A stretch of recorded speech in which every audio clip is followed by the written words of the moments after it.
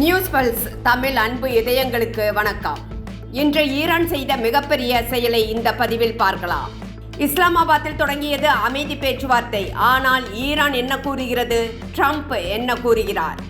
விமானத்தில் ஈரான் கொண்டு வந்த உணர்வு பூர்வமான அந்த விஷயம். ஹோமோஸில் அமெரிக்காவுக்கு ஈரான் வைத்திருக்கும் செக் பார்க்கலாம் இந்த வீடியோவில்.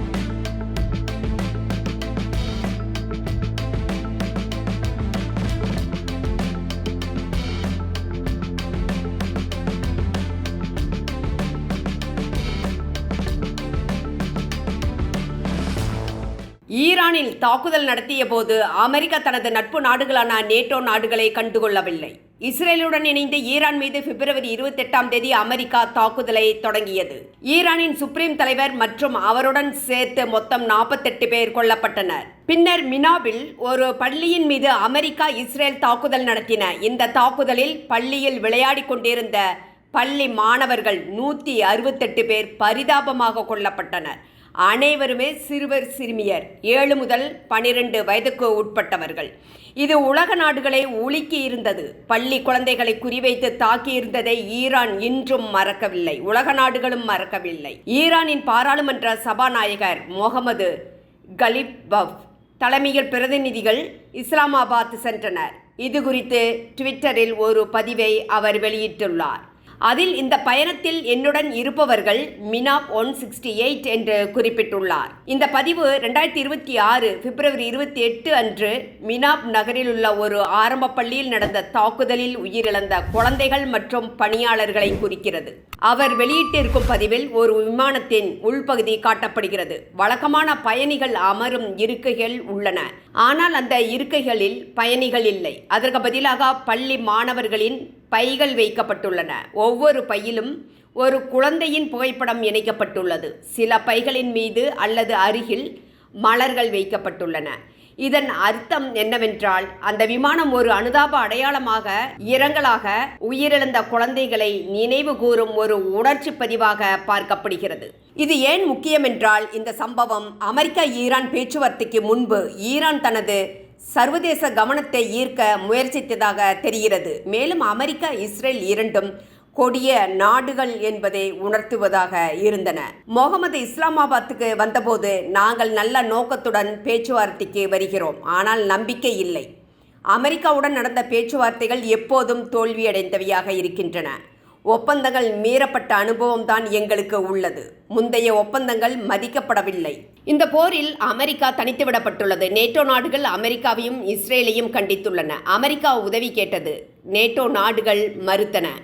இதனால் அந்த நாடுகளுடன் வர்த்தகத்தை துண்டித்தது அமெரிக்கா. அவர்கள் அஞ்சவில்லை, இது எங்களது போர் இல்லை என்றனர். முதலில் பிரிட்டன் டியாகோ கார்சியா தீவில் இருக்கும் அவர்களது இராணுவ தளத்தை பயன்படுத்த அமெரிக்காவுக்கு அனுமதி அளித்தது.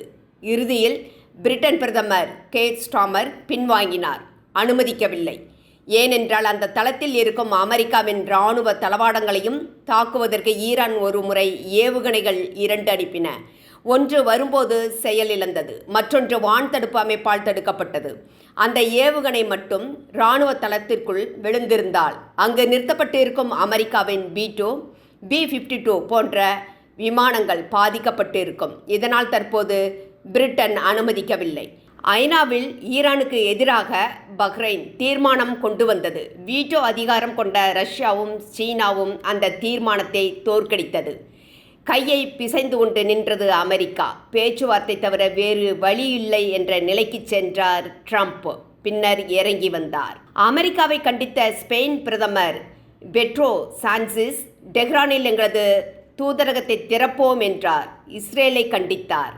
இந்த நிலையில் காசா அமைதி குழுவில் இருந்து ஸ்பெயினை இஸ்ரேல் பிரதமர் பெஞ்சமின் நெதன்யாகு நீக்கியிருக்கிறார். ஜப்பான் மற்றும் தென்கொரியாவை கண்டித்தார் ட்ரம்ப். தற்போது போர் நிறுத்த ஒப்பந்தம் கையெழுத்தாகவில்லை என்றால் தாக்குதல் நடத்தப்படும் என்கிறார் ட்ரம்ப். தற்போது இஸ்லாமாபாத்தில் நடந்து வரும் பேச்சுவார்த்தையின் முதல் கட்டமாக கத்தார் மற்றும் வங்கிகளில் இருக்கும் ஈரானின் சொத்துக்களை விடுவிக்க அமெரிக்கா ஒப்புக்கொண்டிருப்பதாக ஈரானின் மூத்த அதிகாரி ஒருவர் ராய்ட்டர்ஸ் மற்றும் வாஷிங்டன் போஸ்ட் அளித்திருக்கும் பேட்டியில் கூறியிருக்கிறார். இது நல்ல அடையாளமாக தெரிகிறது என்று ஈரான் கூறுகிறது. இந்த நடவடிக்கை நிலையான அமைதி ஒப்பந்தம் உருவாகும் முன் ஹோமஸ் நீரிணை வழியாக பாதுகாப்பாக கப்பல்கள் செல்லுமா என்ற சந்தேகத்தை தற்போதும் ஏற்படுத்தியிருக்கிறது. ஏனென்றால் ஹோமஸ் என்பது ஈரானின் ட்ரம்ப் கார்டு மாதிரி. இறுதி வரைக்கும் அதை ஈரான் கையில் வைத்திருக்கும். தற்போதைய கேள்வியே ஏன் ஹோமஸ் திறக்கவில்லை என்று கேட்டால் ஈரான் கூறுகிறது, நாங்கள் வைத்த கடல் கன்னிவெடிகள் எங்கு இருக்கிறது என்று தெரியவில்லை என்கிறது. தற்போது இந்த விஷயம் பெரிதாக்கப்படுகிறது. இது ஈரானின் நெரேட்டிவாக கூட இருக்கலாம், அதாவது நாடகமாக கூட இருக்கலாம், அது ஜோடித்ததாக கூட இருக்கலாம். டொனால்ட் ட்ரம்புக்கு நன்றாக தெரியும் ஈரான் ஏமாற்றுகிறது என்று. ஆனால் அவரால் எதுவும் செய்ய முடியாத நிலையில் இருக்கிறார். முன்பு ட்ரம்ப் என்ன கூறினார்? ஹோமோஸ் விரைவில் திறக்கப்படும், ஹோமோஸ் திறந்தால்தான் பேச்சுவார்த்தை என்றார். ஆனால் தற்போது என்ன நடக்கிறது? தி நியூயார்க் டைம்ஸில் ஒரு கட்டுரை வெளியாகி இருக்கிறது. ஈரான் தானே வைத்த கடல் கன்னி வெடிகளை தற்போது கண்டுபிடிக்க முடியவில்லை என்று கூறியிருக்கிறது. இதை ஜப்பான், துருக்கி, இந்தியா என அனைத்து மீடியாக்களும் அலசி வருகின்றன. ட்ரம்ப் பேச்சுவார்த்தைக்கு வருவதற்கு முன்பு தங்களுக்கென்று ஒரு பாதுகாப்பு வளையத்தை உருவாக்க வேண்டும். அதற்காக இந்த நெரேட்டிவாக கூட இருக்கலாம். ஆனால் உண்மையில் கடல் கன்னிவெடிகள் இருக்கலாம். ஈரான் வெளியிட்டிருக்கும் மேப்பில் எங்கு கன்னிவெடிகள் இருக்கலாம் என்று காட்டப்படுகிறது. அங்கெல்லாம் கப்பல்கள் செல்ல முடியாது என்று கூறுகின்றனர். கப்பல்கள் ஸ்ட்ரெய்ட் ஆஃப் ஹோமஸ் வழியாக செல்ல வேண்டுமானால் ஈரானின் கடல் எல்லைக்குள் உள்ள லாரக் தீவு அருகே கடந்து செல்ல வேண்டிய நிலை ஏற்பட்டுள்ளது. அதாவது ஈரானுக்கு சுங்க கட்டணமாக $2 மில்லியன் கொடுக்க வேண்டிய நிலையும் உள்ளது. ஆனால் ஹோமஸ் இன்னும் திறக்கப்படவில்லை. இது ஈரானின் ஏமாற்று யுத்தியா அல்லது தந்திரமா அல்லது தன்னை பாதுகாக்க இப்படி கூறுகிறதா என்ற கேள்வி எழுந்துள்ளது. இங்கு ட்ரம்ப் யாருடைய உதவியும் கிடைக்காமல் தவிக்கிறார். அதனால் ஈரானுக்கு மறைமுகமாக ஆதரவு கொடுக்க வேண்டிய கட்டாயத்திலும் இருக்கிறார். அதே சமயம் அமெரிக்க அதிகாரிகள் என்ன கூறுகிறார்கள் என்றால், ஈரானின் கடலில் வைத்த கடல் கன்னிவெடிகள் காணாமல் போய்விட்டன, அதனால் ஹோமோஸ் திறக்க முடியவில்லை. ஈரான் அவசரமாக திட்டமில்லாமல் கடல் கன்னிவெடிகளை வைத்துள்ளது. எங்கே வைத்தது என்று சரியாக பதிவு செய்யவில்லை. சில வெடிகள் கடலில் அலைகளால் இடம் மாறி இருக்கலாம். சிலவற்றை கண்டுபிடிக்க முடியவில்லை. கண்டுபிடித்தாலும் அகற்றும் திறன் குறைவாக இருக்கிறது. கடலில் கன்னிவெடிகள் வைப்பது எளிது, ஆனால் நீக்குவது கடினம் என்று கூறுகின்றனர்.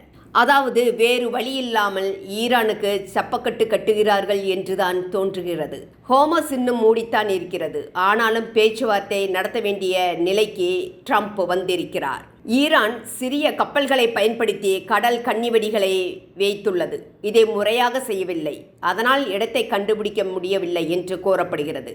அமெரிக்க இராணுவத்துக்கு கூட பெரிய அளவில் கடல் கன்னிவெடிகளை நீக்குவதற்கான வசதிகள் என்ற பேச்சு அடிபடுகிறது. இந்த நிலைமை ஈரானுக்கு ஒரு சாதகமாக பார்க்கப்படுகிறது. இதை வைத்தே அமெரிக்காவை ஈரான் மிரட்டலாம். ஈரானுக்கு நன்றாக தெரியும் கடல் கன்னிவெடிகள் எங்கு இருக்கிறது என்று. தொழில்நுட்ப உண்மை என்னவென்றால், சாதாரணமாக கடல் கன்னிவெடிகளை வைத்தால் ஒவ்வொரு கடல் கன்னிவெடிக்கும் GPS உடன் தொடர்பு இருக்க வேண்டும். எந்த ஆழத்திற்கு வைக்கப்பட்டது என்று பதிவாகி இருக்கும். எந்த நேரத்தில் வைக்கப்பட்டது என்பது கூட தெரியும். எப்போது வெடிக்கும் என்பதும் தெரியும். தானாக செயல் இழக்கும் அமைப்பும் இருக்கிறது. வெடித்தது எவ்வளவு என்பதும் ஈரானுக்கு தெரியும். ஈரான் கூறுவதே நம்ப முடியாது. நம்ப முடியாத அமெரிக்காவுக்கு ஈரான் வைத்திருக்கும் செக் இது என்றுதான் தோன்றுகிறது. அனைத்து வர்த்தக கப்பல்களும் எப்படி சேதமடைந்தது? அவை கடல் கன்னிவெடிகளால் பாதிக்கப்படவில்லை. ட்ரோன்ஸ் அல்லது சிறிய படகுகள் மூலம் தாக்கப்பட்டவை. அதனால் என்ன புரிகிறது என்றால், கடல் கன்னிவெடிகள் மிகவும் குறைவாக வைக்கப்பட்டிருக்கலாம் என்பதுதான்.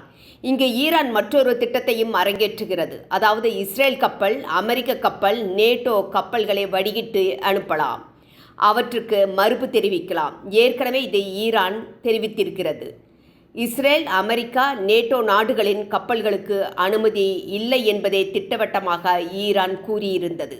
கடலில் கன்னிவெடிகள் ஏன் ஆபத்தானவை என்றால், இன்சூரன்ஸ் நிறுவனங்கள் இன்சூரன்ஸ் கப்பல்களுக்கு வழங்காது நிறுத்திவிடும். கப்பல் முதலாளிகள் பயந்து செல்ல அனுமதிக்க மாட்டார்கள். கப்பலின் கேப்டன்கள் செல்ல மறுப்பார்கள். லாய்ட்ஸ் ஆஃப் லண்டன் ஏற்கனவே ஹோமஸ் பகுதியில் இன்சூரன்ஸை நிறுத்தியிருக்கிறது. இதனால் என்ன ஏற்படுகிறது என்றால், கப்பல்கள் தானாகவே போக்குவரத்தை நிறுத்திக் கொள்கின்றன. ஈரான் ஒரு கப்பலையும் மூழ்கடிக்க வேண்டிய அவசியமும் இல்லை. கடல் கன்னிவெடிகளை காணவில்லை என்று ஈரான் கூறுவது அனைத்து நாடுகளுக்கும் ஆபத்தாகத்தான் இருக்கிறது. நண்பர்களே, இங்கு மற்றொரு செய்தியை உங்களுடன் பகிர்கிறேன். தற்போது சீனாவில் இருந்து 4 கார்கோ விமானங்களில் ஆயுதங்கள் ஈரானுக்கு வந்ததாக தகவல்கள் கூறுகின்றன. இதை அமெரிக்காவின் CNN செய்தியும் உறுதிப்படுத்துகிறது. இன்னும் வரும் வாரங்களில் ஈரானுக்கு புதிய வான்வெளி பாதுகாப்பு அமைப்புகளை சீனா வழங்க திட்டமிட்டு இருக்கிறது என்று CNN கூறுகிறது.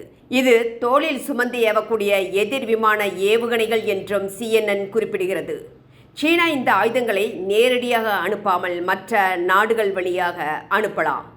ஆனால் அமெரிக்காவில் உள்ள சீன தூதரகம் இந்த குற்றச்சாட்டுகளை மறுத்துள்ளது. சீனா இந்த மோதலில் யாருக்கும் ஆயுதம் வழங்கவில்லை, இவை ஆதாரமற்ற குற்றச்சாட்டுகள் என்று தெரிவித்துள்ளது. இந்த நிலையில்தான் அமெரிக்க அதிபர் டொனால்ட் ட்ரம்ப் அடுத்த மாதம் சீனாவுக்கு சென்று அதிபர் ஜி ஜின்பிங்கை சந்திக்கிறார். தற்போது போர் நிறுத்த அமைதி பேச்சுவார்த்தை தொடங்கி இருக்கிறது. இந்த பேச்சுவார்த்தை நல்லபடியாக முடிந்து போர் நிறுத்த ஒப்பந்தம் ஏற்பட வேண்டும் என்று நாம் அனைவரும் இறைவனை வேண்டுவோம். இந்த நிலையில்தான் சர்வதேச குற்றவியல் நீதிமன்றம் இஸ்ரேல் பிரதமர் நெதன்யாகுவுக்கு எதிராக அரெஸ்ட் வாரண்டை பிறப்பித்திருக்கிறது. நண்பர்களே, உங்களது கருத்துக்களை எங்களுடன் பகிரவும். உங்களது ஆதரவு எங்களுக்கு மிகப்பெரிய ஊக்கமாக இருக்கும். எங்களது யூடியூப் சேனலை சப்ஸ்கிரைப் செய்யவும், லைக் செய்யவும், ஷேர் செய்யவும். நன்றி.